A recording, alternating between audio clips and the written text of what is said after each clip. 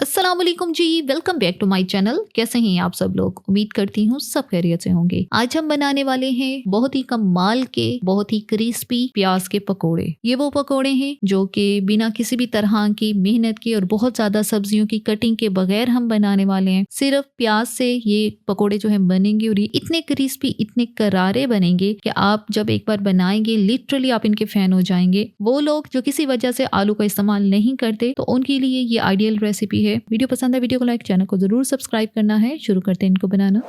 सबसे पहले जो है यहाँ पर हमने 4 से 5 दरमियाने साइज की प्याज ली हैं। अच्छा, अब यहाँ पे उनकी कटिंग करते हैं। कटिंग इस तरह से करेंगे कि प्याज को बहुत ज्यादा मोटा नहीं काटना और ना ही इसको बहुत ही ज्यादा पतला काटना है। इसको हमने थोड़ा सा दरमियाना सा ही इसका स्लाइस होना चाहिए। मैं चेक करवाती हूँ आपको। ये देख रहे हैं, इतना थिक ये होना चाहिए, क्योंकि अगर बहुत ज्यादा इसके पतले स्लाइस करेंगे तो क्या होगा, जब पकौड़ों को फ्राई करेंगे तो प्याज बहुत जल्दी जो है जल जाएंगे और बेसन कच्चा रह जाएगा। तो इस चीज से बचने के लिए हमने प्याज को थोड़ा सा थिक ही काटना है। लेकिन थिक का मतलब ये नहीं है कि बहुत मोटा ही कटिंग कर देंगे, हल्का सा ही थिक हो, बहुत ज्यादा ना हो। खाली प्याज के पकोड़े जो है बहुत क्रिस्पी बनते हैं, बहुत ज्यादा मजे के बनते हैं। ज्यादातर लोग जो है बहुत पसंद करते हैं सिर्फ प्याज के पकोड़ों को, और कुछ लोग आलू को जो है अवॉइड इसलिए कर रहे होते हैं कि उसमें काफी ज्यादा स्टार्च होते हैं, तो फिर वो खाली प्याज के पकोड़े ही प्रेफर करते हैं। अच्छा जी, आज जो है इस तरह से हमने प्याज की कटिंग कर ली है और यहाँ पर सारी प्याज जिनको हमने काटा है उनको एक बाउल में जो है ट्रांसफर कर दिया है। अब इसमें शामिल करेंगे मसाले। सबसे पहले इसके अंदर डालेंगे नमक। नमक जो है यहाँ पर 1 टीस्पून मैंने नमक का इस्तेमाल किया। अब सिर्फ नमक लगाएंगे, इसको अच्छे से मिक्स करेंगे। नमक से क्या होगा, प्याज के अंदर जितना पानी है वो निकल आएगा और फिर एक्स्ट्रा से पानी शामिल करने की जरूरत भी नहीं रहेगी ना। तो फिर अब नमक लगा के हम इसको रखेंगे सिर्फ 5 से 7 मिनट के लिए। 5 मिनट हो चुके हैं और अब हम इसमें शामिल करेंगे कुटा हुआ धनिया। धनिया पाउडर नहीं डालना। 1 टेबलस्पून धनिया लेके उसको मोटा मोटा क्रश किया है, वो यहाँ पे हमने डाला है। साथ इसके डालेंगे हल्दी ½ टीस्पून, इससे कलर बहुत अच्छा आता है पकौड़ों का। लाल मिर्च का पाउडर 1 टीस्पून, अजवाइन 1/4 टीस्पून, थोड़ा सा हरा धनिया, थोड़ा सा पुदीना, 4 से 5 हरी मिर्चें, उनको छोटा छोटा काट लिया है, वो यहाँ पे डाल दिए। 1 टीस्पून चाट मसाला। अच्छी तरह से अब मिक्स करेंगे। बस यही मसाले ही प्याज के पकोड़ों में जाएंगे। अच्छा, इस तरह से हाथों से मिक्स करेंगे तो बहुत अच्छी तरह से जो मसाले डालें वो सारे प्याज के ऊपर अच्छे से फैलेंगे। मसालों का इस्तेमाल हमने कर लिया है और अब इसमें बाइंडिंग के लिए डालेंगे बेसन। बेसन जो है यहाँ पे 1 प्याली मैंने बेसन लिया है। अच्छा, यहाँ पे अभी आधा मैंने इस्तेमाल किया, आधा भी रख दिए। हम देखते हैं आगे चल के हमें कितना जरूरत पड़ता है, लेकिन ऑलमोस्ट इतने प्याज के साथ 1 प्याली बेसन जो है परफेक्ट कंसिस्टेंसी जो है उसकी बनेगी। अभी यहाँ पे हम इसको ऐसे ही मिक्स कर रहे हैं क्योंकि इसके अंदर अभी पानी का इस्तेमाल नहीं कर रहे।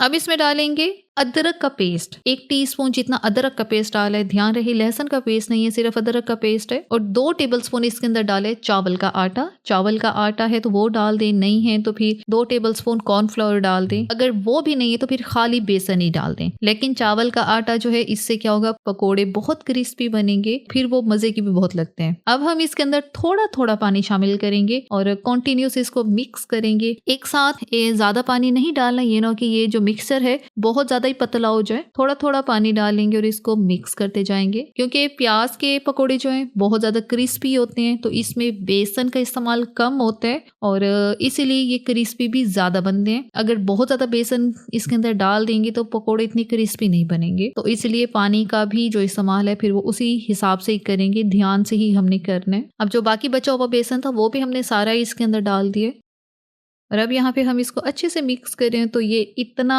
जो थिक आमेजा है ये होना चाहिए प्याज के पकोड़े बनाने के लिए, ताकि जब ये मिक्सर हाथों में लेके हम इसको बाइंड करके इसको गरम तेल के अंदर डालें तो फिर ये बिखरे नहीं। मिक्सर हमारा रेडी हो चुका है तो दूसरी तरफ ऑयल जो है गर्म होने के लिए रख दिया है। जैसे ही ऑयल गर्म होता है तो इसके अंदर शामिल करेंगे प्याज के पकोड़े का ये आमेजा। हाथों से डालेंगे तो पकोड़े ज्यादा एक अच्छे क्रिस्पी से भी बनेंगे, थोड़ी सी लुक भी इनकी वैसे ही आएगी जैसे कि ये स्ट्रीट स्टाइल जो है पकोड़े बना रहे होते हैं। और अब यहाँ पे देखें, अब आपको थोड़ी सी वो लॉजिक समझ आएगी कि हमने प्याज की जब कटिंग की थी तो उसको थोड़ा सा मोटा क्यों रखा था। बहुत पतले कर देते प्याज को तो क्या होता, ऑयल के अंदर प्याज फौरन ही जल जाता और बेसन फिर कच्चा रह जाता। जाहिर है बेसन है ऑयल के अंदर, उसने पकना भी है, तो पकोड़ों का जो फ्राई करने का जो टाइम होता है ऑलमोस्ट वो 6 से 7 मिनट होता है। तो इसीलिए प्याज को थोड़ा सा थिक रखा था ताकि यहाँ पे पकोड़े जो हैं जले भी नहीं और अच्छी तरह से पक भी जाएं।